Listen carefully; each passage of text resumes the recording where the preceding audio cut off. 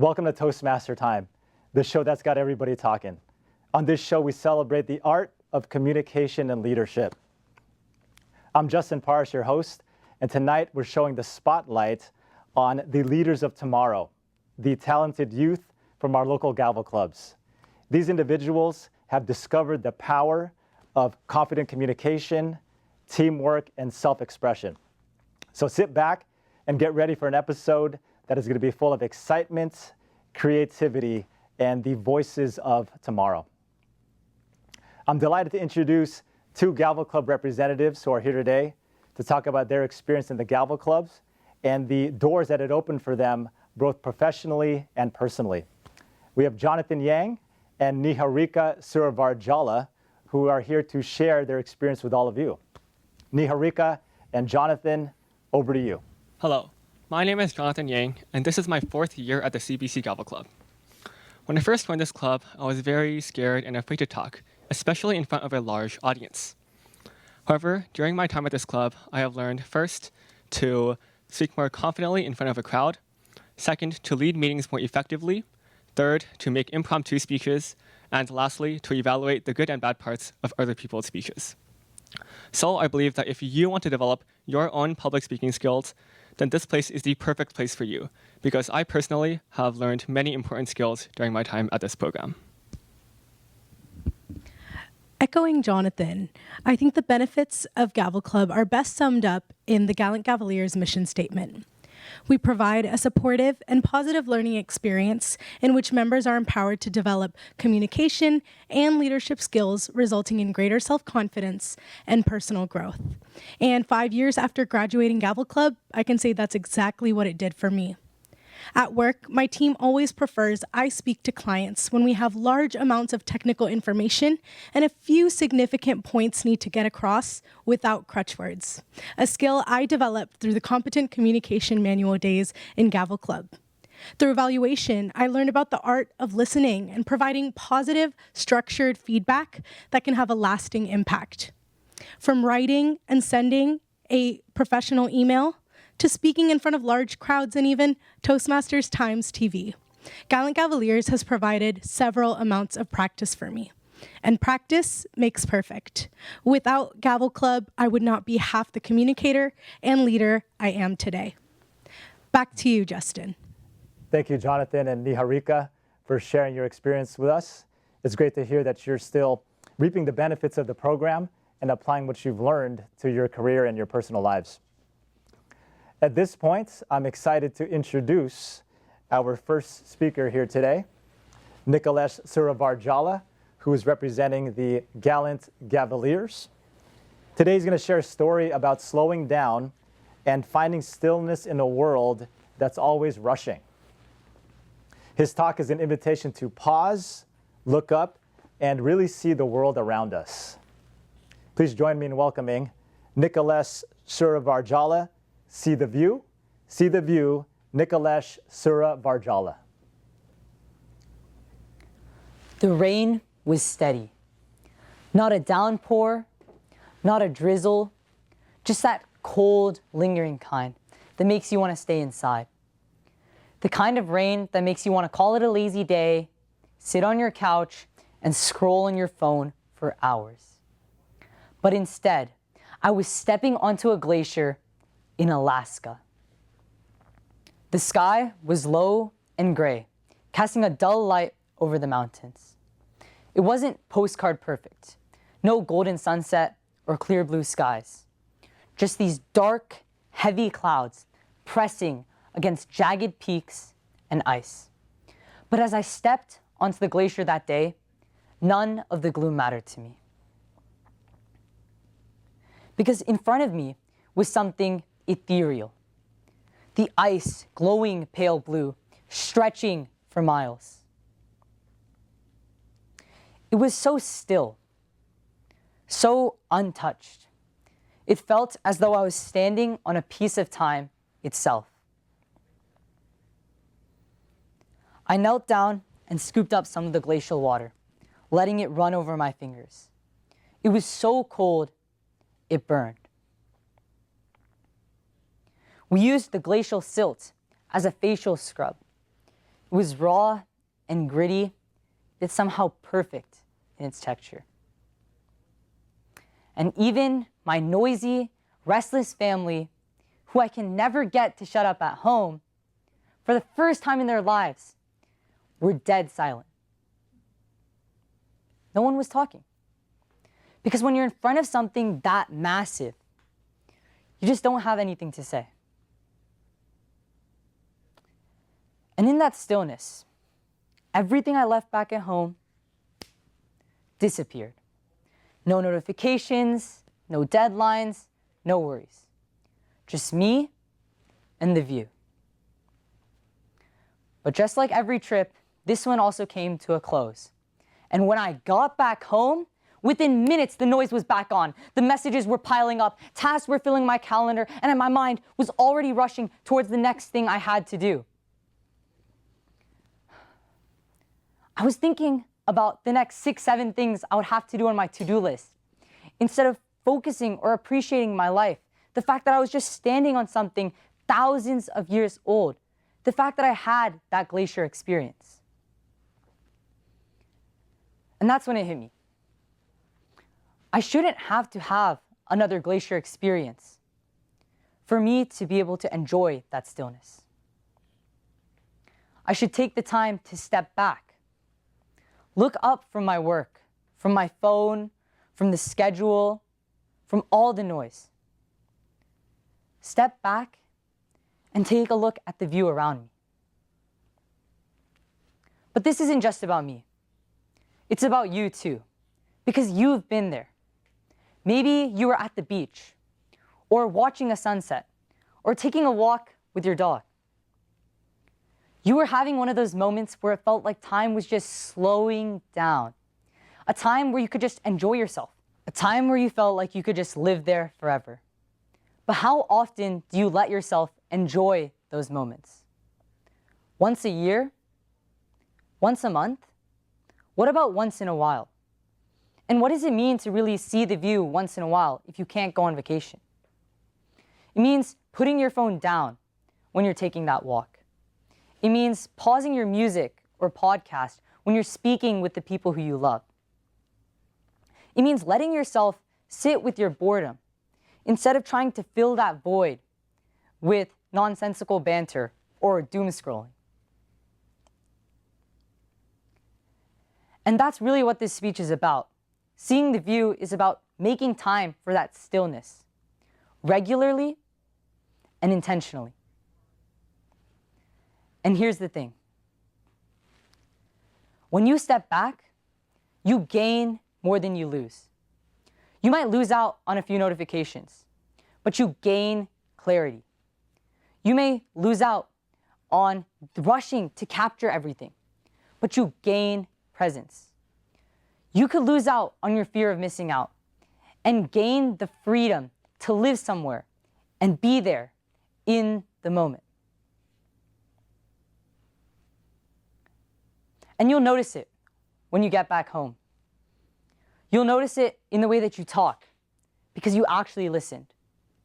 You'll notice it in the way that you breathe because you genuinely slowed down. You'll notice it in the way you feel because you were actually there in the moment. The rain was still steady as I left the glacier that day. My shoes were soaked, my jacket clung to my skin, the weather was gloomy, but I didn't care. I was there, seeing the view. When was the last time you saw the view? Not through a screen, not while listening to music or half listening to a conversation. I'm talking about really seeing it. Because here's the thing. Life isn't waiting for you to stop checking your notifications or take a 5-minute break. Just do it. Step back, look up at the things you have around you. And when you have, that's when you'll finally see the view. Back to you, Justin. Thank you so much for that speech, Nicolesh. A great reminder for us to slow down, reflect, and just enjoy the journey. Please come over to the table and join me for a brief interview. Nice job. Thank you. Thank you for coming on to Toastmaster time. So I'm curious, first off, how long have you been in the Gavel Club program? Yeah, so I've been a part of Gallant Cavaliers for the last 6 years, and Wow. actually my journey there started even before that, watching my sisters grow up in the Gavel Club program. Oh, okay, awesome. Now, I'm sure there's a lot you've learned throughout your journey in Gavel Club, a lot of neat little tips and tricks and techniques. But what's one thing that really helped propel you to become the communicator you are today? Honestly, it sounds so simple, but the biggest and best tip that I would have for anybody who's getting into public speaking or just wants to learn how to communicate effectively is to practice. And I think Gavel Club does a really good job of encouraging that by holding those weekly meetings. But even outside of those weekly meetings, doing practice with your speech, whether it's in the mirror or to a family member, can be really important. And I believe that Gavel Club does a really good job of setting you up by having all those 10 projects that you have to complete, and you kind of add different tools to your toolbox as you practice and go through those steps. I love that focus on practice. Some people think you just go to Toastmasters or Gavel Club, and once you leave there, you don't practice, you need to become a great communicator. But it's really what you do outside of the club that supplements your experience in the Gavel Club. So thank you for sharing that. Now, there's a lot of different roles and parts in a Gavel Club meeting, and people have different ideas about which one is most valuable to them or which one they find to be the most enjoyable. What's been the most enjoyable part for you of your Gavel Club meeting experience? I'd say the most enjoyable part of a Gavel Club meeting experience, or just any Toastmaster experience in general, has to be table topics. Oh boy. It's always so fun to hear the different interesting themes and questions that the table topics master comes up with, but then also hearing people's different perspectives on that theme and the various questions. It's just really fun, and actually giving those table topics, being put up on the spot, it is a little bit scary at first, but once you get into it, it's something that I believe is really enjoyable and can actually give you a chance to connect with your peers in a way that you wouldn't normally in the otherwise very professional setting. True. And then when you get out into the real world and you're doing interviews and presentations at work, those table topic skills definitely come in handy. Exactly. Well, thank you again for coming here and sharing your story, and we look forward to having you back at some point in the future. Thank you so much. So let's hear from your evaluator, Lauren, as far as what you thought about your speech. So we're very fortunate to have two evaluators on our show today. The first one is Lauren Wu from the CBC Gavel Club.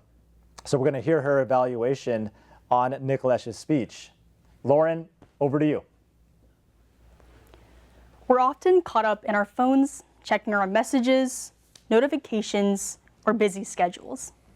But today, Nikolesh, you remind us how important it is to take a step back and to enjoy the beautiful nature and world that we live in today. You begin your speech by bringing us right into your moment in Alaska, where you use vivid imagery to describe the rain, the coldness, and the vastness of the glaciers in front of you. Something I particularly enjoyed about your speech was how powerful your delivery was. I was able to notice your change in tone, where you became soft during moments of reflection or awe at the glaciers, and direct and resolute when you're directly addressing the audience and speaking to us. In addition, you were able to pace yourself very well throughout your speech, where you gave us moments of pauses for reflection and time to think about your meaningful message.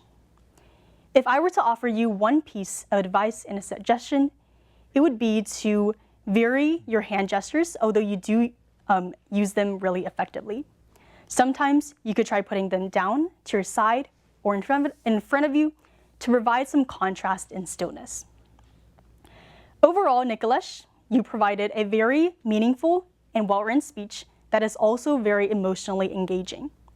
Your use of imagery, tone, and hand gestures are able to bring us right into your moment, while your meaningful message about taking a step back and enjoying the presence spoke volumes to me. Thank you, Lauren, for that evaluation. For our viewers at home, at Toastmasters, we encourage evaluators to give feedback that is positive, constructive, and overall encouraging. And Lauren's evaluation definitely included all those attributes. And she also used the sandwich technique, where the evaluator starts with positive feedback, then goes into constructive feedback, and then sandwiches it with more positive feedback to leave the evaluation on an encouraging note. At this point, I'm delighted to introduce to you our second speaker, Rohan Devnani.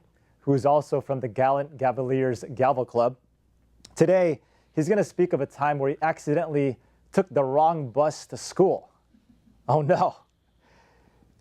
But more importantly, he's going to talk about what he learned through dealing with that very daunting situation. So please join me in welcoming Rohan Devnani, The Wrong Way. The Wrong Way, Rohan Devnani. I hate school. 7-hour days, 5 days a week, it is torture. But more than that, I hate that first day of school feeling. Waking up in the morning knowing you have to go through a whole new year of boring teachers, long homeworks, and not a single ounce of fun. That's exactly how I felt as I walked up to that bus stop August 13th with a dread in my stomach. To make this all worse, this was the first time I had ever been on a bus in my life. I arrived at the bus stop and I glanced around with my friend right next to me. We were alone right there. So after I confirmed this all, I shoved my hand into my pocket, pull out my phone, and I start scrolling. I have to look cool after all, don't I? A few minutes later, at 8:05, the bus comes around the corner. And before I even have a second to think, the doors burst open and I hear a banshee scream. Get in the bus! Get in the bus right now! What choice do I have? So me and my friend, we rush directly into the bus, find a really small spot in the corner, sit down, and bam, that's it, mission accomplished. Who knew this was so easy? So after all that done, I once again get my hand, shove it right back into my pocket, pull out my phone, and start scrolling. I mean, I have to show all these people in the bus I am way too cool for their attention. And it goes great until a few minutes later, something slightly odd happens. The bus doesn't make its final stop. Oh, well, that's not that big of a deal. Sucks for those kids. But something odd happened just another 6 or 7 minutes later. Instead of taking the left to my high school, the bus went and took the right, the complete opposite direction. And that's when me and my friend glanced at each other and knew we were going the wrong way. Instant panic shot across our face. Oh no, what are we gonna do? How are we gonna get back to school? We're going the completely wrong direction. But then, in that same glance, we realized there's only one solution. We have to go and talk to the banshee demon driving the bus. With a heavy heart, I take a deep breath and slowly make my way up.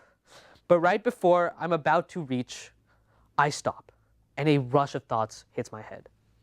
Oh no, she's gonna hate me. She's gonna think I'm stupid. She's gonna kick me off the bus. How are you in 10th grade and you don't know how to take the bus?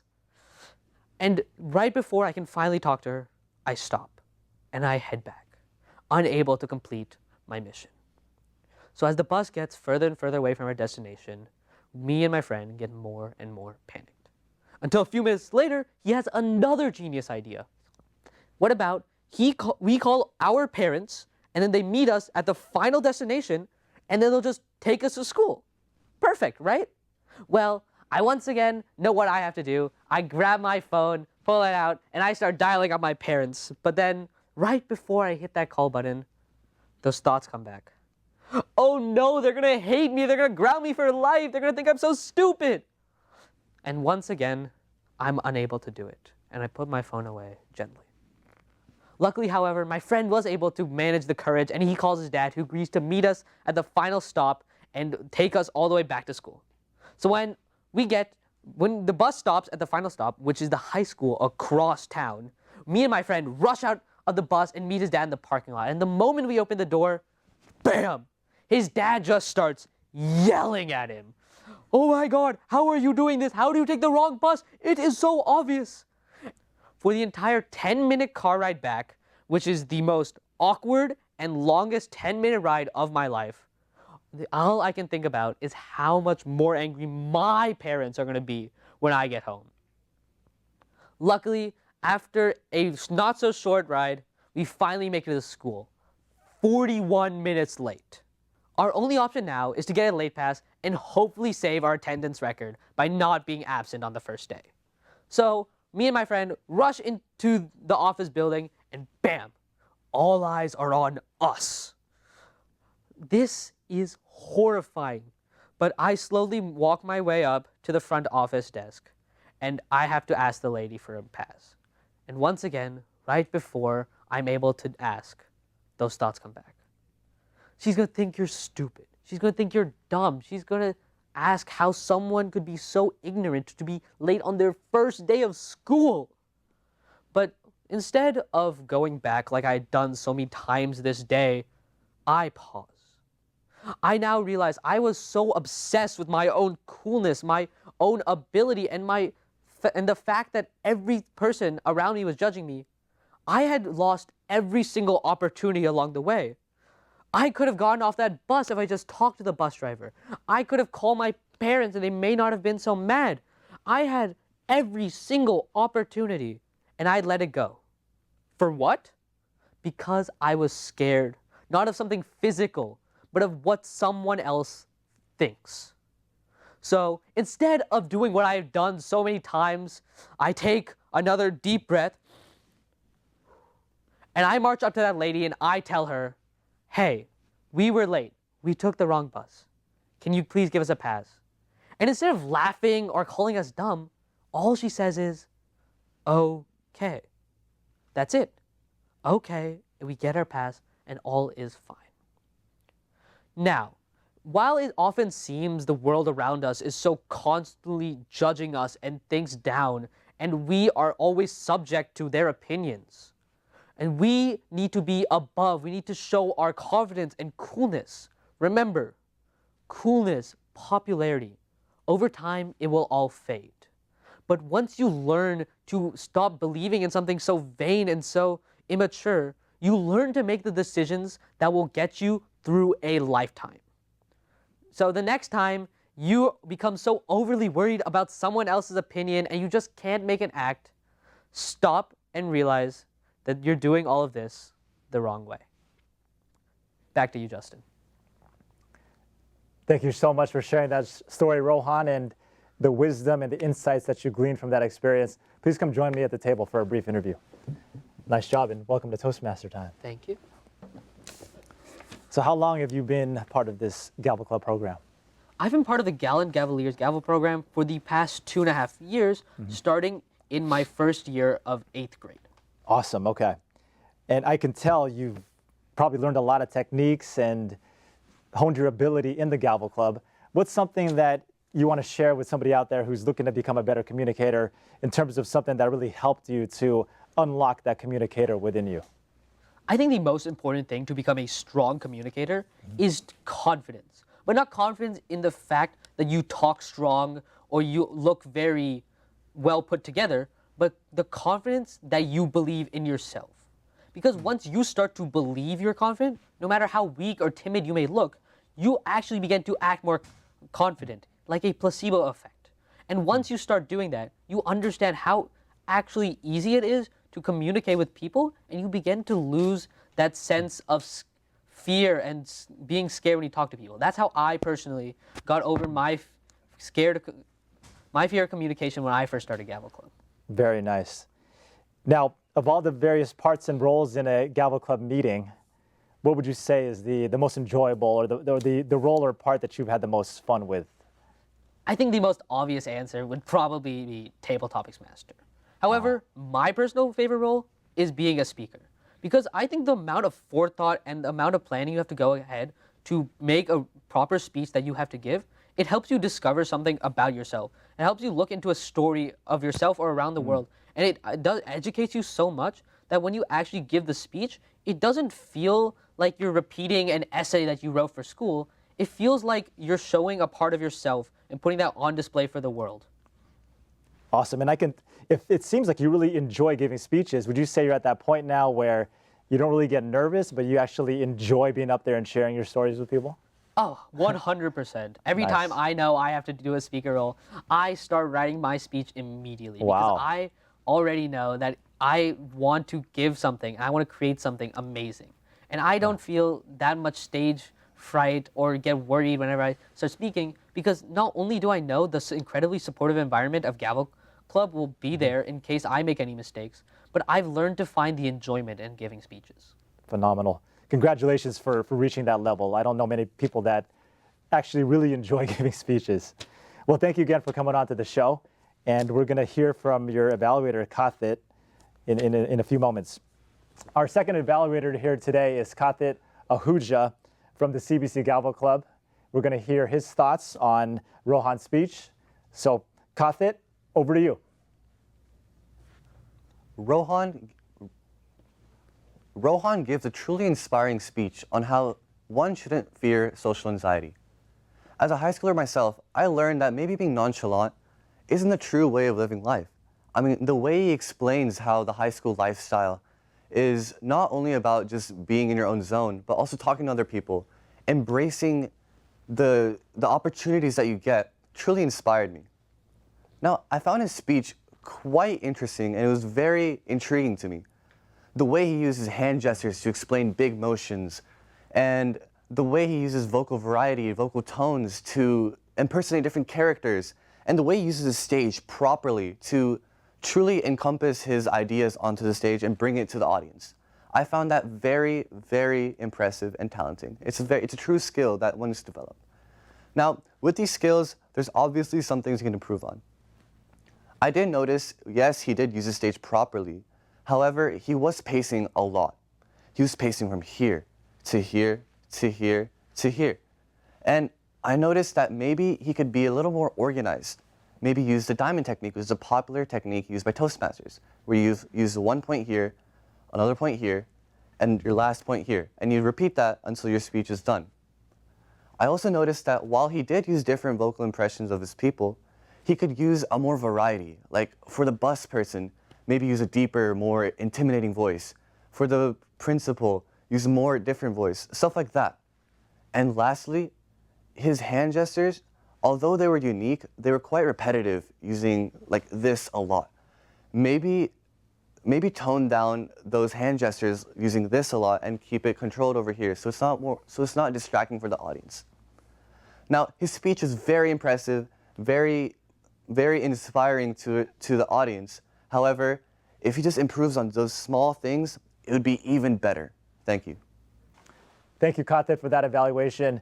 For our viewers at home, Kathit also employed the sandwich technique, where we started off with the positive feedback so that Rohan understands his positive speaking attributes and continues to retain those. Then he went into the constructive feedback so that Rohan understands where he can further develop his communication skills. And then he ended with more positive feedback to leave the evaluation on an encouraging note.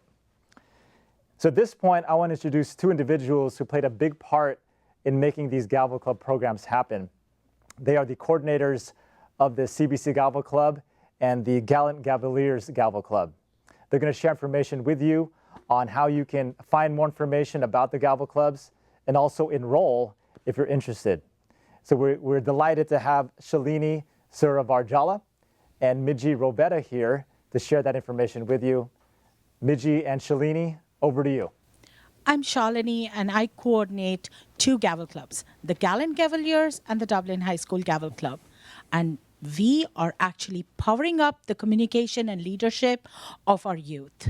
If your student really needs to be more confident and improve on their leadership skills or communication skills, and if you are located in the Tri-Valley, in Dublin, Livermore, San Ramon, or Pleasanton, you can contact us. We are on Instagram at Gallant Cavaliers, also on Facebook, as well as you can email us at gallantcavaliers@gmail.com. In the era of AI, to master human communication skills can help you to be more successful and happier in life. So my name is Michi Rofera. I am the coordinator of CBC Gavel Club and Faith's Gavel Club. So if you are in Fremont, you can register at cbcsfbay.org. We take new students in June, and then via TYLP, and then you can continue in CBC Gavel Club in September. And then if you are in Union City or Hayward, you can join Faith's Gavel Club at fates2021.com. Lastly, I would like to thank Justin Paras and Alan Sorester for hosting this wonderful program for our students. And also thank you for all this wonderful, dedicated volunteer team that make this program happen. Now, back to you, Justin. That's all the time we've got for tonight's episode. Thank you so much for tuning in. To view past episodes of Toastmaster Time, make sure to check out our YouTube page at the link below. Toastmaster Time is sponsored by District 57 Toastmasters. For more information on this amazing district, be sure to check us out at d57tm.org. And for general information on Toastmasters, including where you can find a club near you, make sure to check out toastmasters.org. I want to thank everybody who played a part in making tonight's episode so special. Thank you to our Galvo Club students. First off, Niharika and Jonathan for sharing their testimonials at the beginning of the meeting. Thank you to Nikalesh and Rohan for telling their stories and delivering their speeches. I want to express gratitude to Lauren and Kathit for providing their evaluations. And of course, a thank you to Shalini and Miji for coordinating these programs that are so important to the development of the youth in the community. And I can't close the show without thanking our wonderful staff and all the volunteers here at the Mid-Peninsula Media Center. Each and every episode, you bring your generosity, your kindness, and your expertise. And these shows would not be possible without you. So thank you so much. On behalf of all of us at Toastmaster Time, I want to encourage you to keep on speaking, leading, and becoming the best version of yourself. Have a great evening, everybody.